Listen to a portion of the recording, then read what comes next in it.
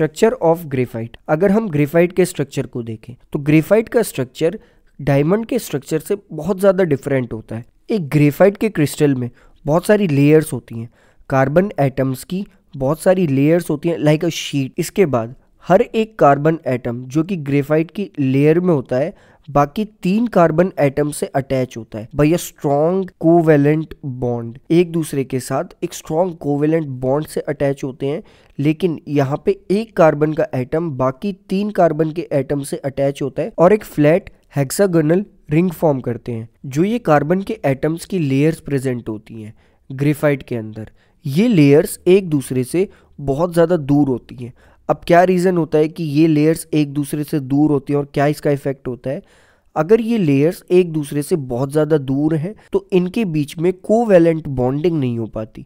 That's why कोई और bonding होती होंगी जिसकी वजह से ये लेयर्स आपस में जुड़ी रहती हैं। दैट इज एक वीक फोर्स दोनों लेयर्स या बहुत सारी लेयर्स के बीच में लगती है, कार्बन की शीट्स वाली लेयर के बीच में, जिसे हम weak van der Waals force कहते हैं। सिंस ये सारी लेयर एक वीक फोर्स से अटैच होती हैं, सो ये एक दूसरे पर स्लाइड भी कर सकती हैं। So they can slide over each other. और इसी शीट लाइक स्ट्रक्चर की वजह से ग्रेफाइट डायमंड के कंपैरिजन में एक सॉफ्ट मटेरियल होता है। हमने देखा था कि ग्रेफाइट इलेक्ट्रिक करंट को भी इजीली कंडक्ट कर सकता है। दैट मीन्स ग्रेफाइट के पास कुछ ना कुछ फ्री इलेक्ट्रॉन्स या फ्री आयंस प्रेजेंट होंगे, और ये चीज काफी ऑब्वियस है क्योंकि यहाँ पर एक कार्बन का एटम ग्रेफाइट के स्ट्रक्चर में एक कार्बन का एटम बाकी 3 कार्बन के एटम से अटैच है, बट एक इलेक्ट्रॉन अब भी बचा हुआ है जो कि इलेक्ट्रिक करंट को फ्लो करवाने में रिस्पॉन्सिबल होता है ग्रेफाइट के अंदर। इलेक्ट्रिक करंट ग्रेफाइट के अंदर